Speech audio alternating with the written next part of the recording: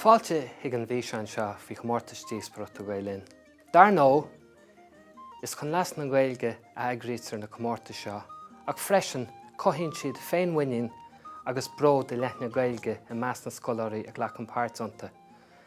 Ó 1960 le tá túfas daoine cáiliúla agus polaitéirí agus ionadathe poiblí hééis páirt ag leachas na Comórtas seo.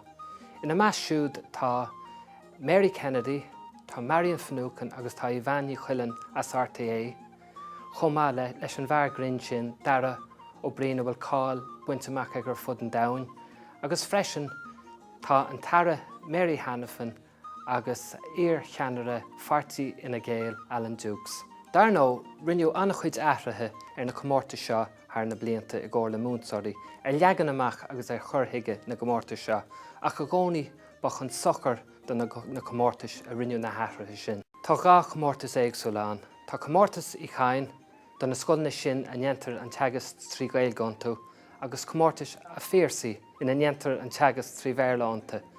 Agus dar nó tá gá Comórtas éagsúlas na Comórtas sin, Comórtas sinsearach agus Comórtas seoisearach. Is í aim an Físeán seo nach chun moltaí ginearálta thortaíomh agus sibh ag réiteach fáinne le páirt ag leacha i Comórtas Díospóireachta Gael Linn. Ag an buinte seo mar sin fágam is sibh le Kevin de Barra, chainteoir agus moltóir rathe do chuid na Comórtas Díospóireachta.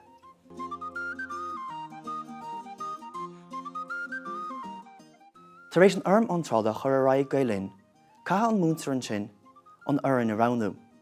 Bíonn trúr ar gach foireann agus is aontacht tábhachtach go mbeadh ionadaí tofa ar atíos nach bhíonn duine an trúr ar fáil ar lán na Díospóireachta. Chun an oireann a ránú, moltar bouty in bheánacha a reachtáil sa scoil. I meas siúd atá símachab sa Comórtas. Chun tíocht ar an oireann is ár. Tugann Gael Linn an rún go na múntaí ar a laghad seachtain roimh na mouty Díospóireachta. Chun cabhrú le Gaeilge na náltaigh léir sa rang, moltar na rudaí seo leanas a dionine. Ibhre héin, na daltaí ar fad sa rang a chur an mtaide ar ábhar an rún. Ibhre dó, ábhar an rún a thuairt mar aiste gon rang, agus éon cheist nó éon túram a ardítar a phléann sin sa rang. Ibhre trí, an rang a lug ag rísú chun freastal ar na Díospóireachtaí, agus ibhre ceathair na daltaí nach bhfuil ar a bhfoireann a olbhú ribhré ionas go mbeidh siad ná na dúdaimí a thuairt ón amhlair ar lán na Díospóireachta.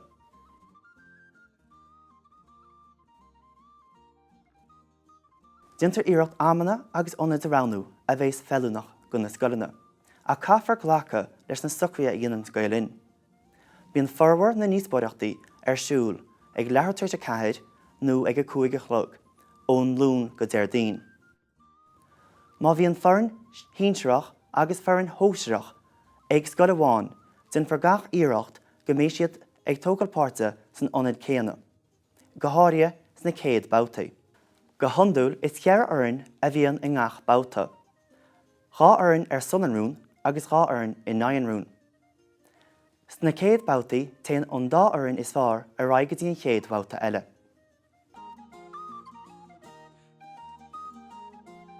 Sé an caithealach a siúrann an Díospóireacht, agus glíonn sé ar na cantarí san ábhar seo a leanas.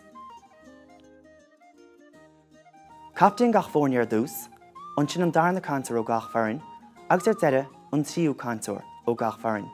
Sé sin le rá go mbíonn an ábhar seo i gceist. A héan, B a héan, C a héan, D a héan. An sin A dó, B a dó, C a dó agus D a dó. Agus ar deireadh A trí, B a trí, C a trí agus D a trí. A rion na sóisiir tugtar trí núméid cainte do gach cainteoir. A rion na síonseir tugtar chead núméid cainte do gach cainteoir. Bhuailtear an chlog nuair a bhíonn núméid fácaí agus a rís ag deireadh ama. Ní thugtar marcanna go aon chainte diontar tar éis an darna chlog, agus is féidir marcanna a bhaint go chuine má haon siad thar fód ar fad.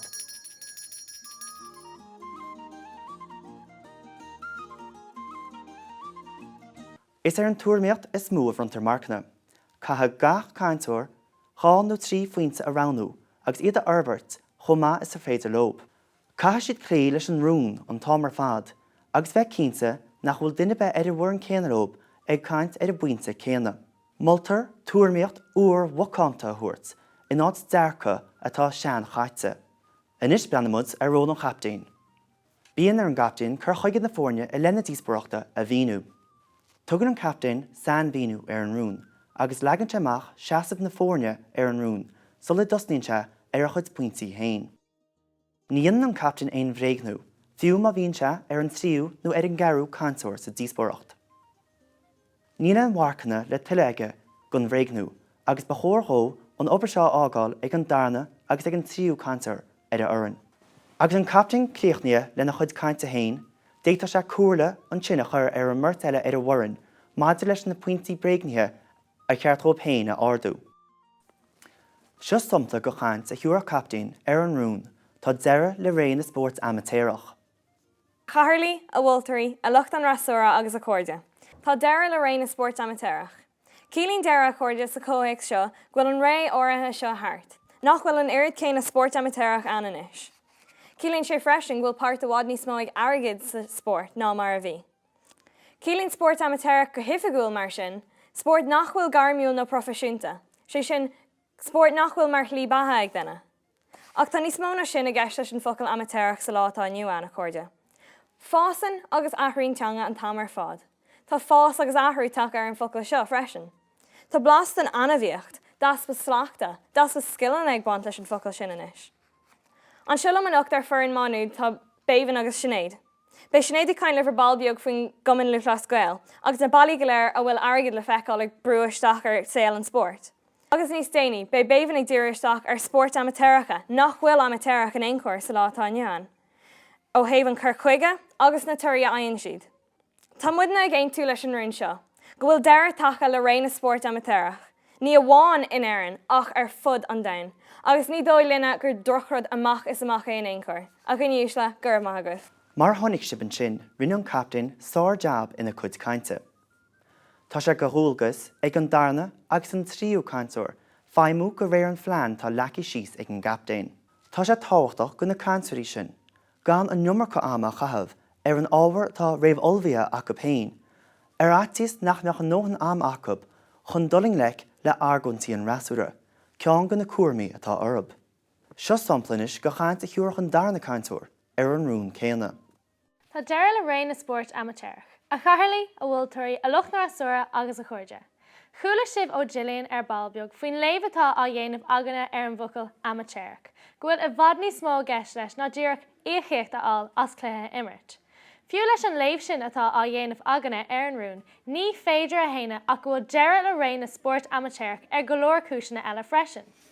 Credan gachtainna sa tír seo beagnach, go bhfuil cluichí na hÉireann go háirithe pell agus amánaíocht amatéireach go thomláin. Ach an bhfuil, cínte tá an cuma sin orthu, fear ógus sásta gachard atá acu a chur isteach sa cluiche.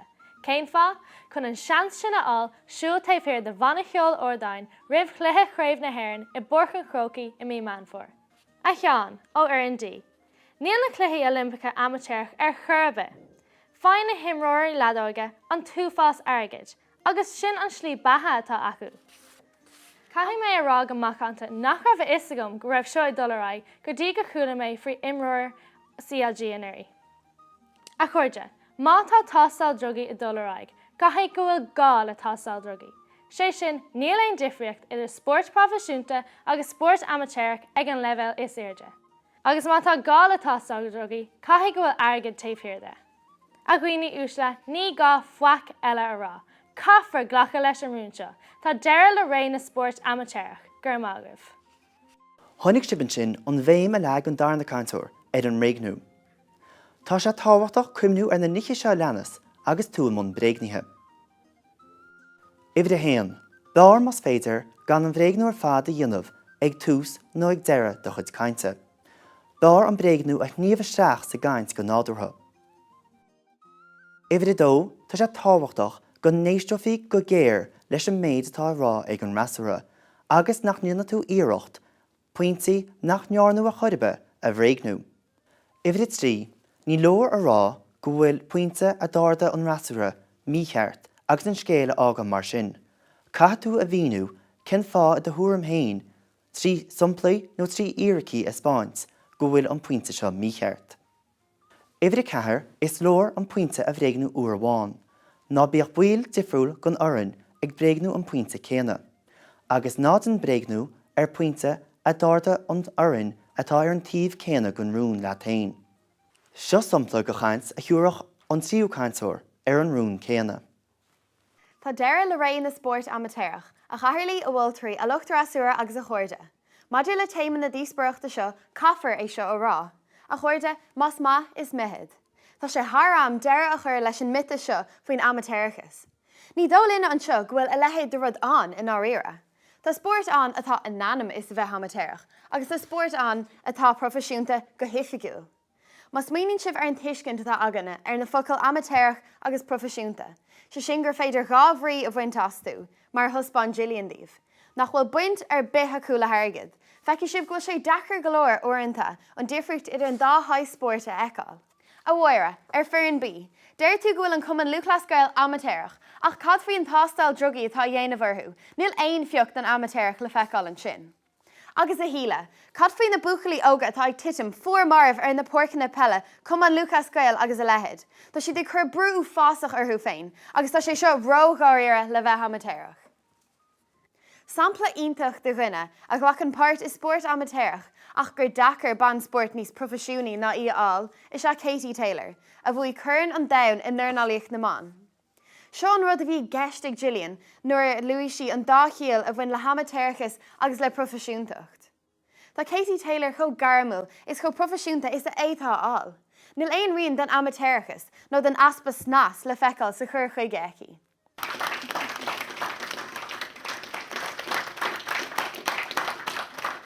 A rís tháinig sibh gur lean an tríú cainteoir tróir an chapdain i dtíobh legan amach na buintaí agus an bhréignú.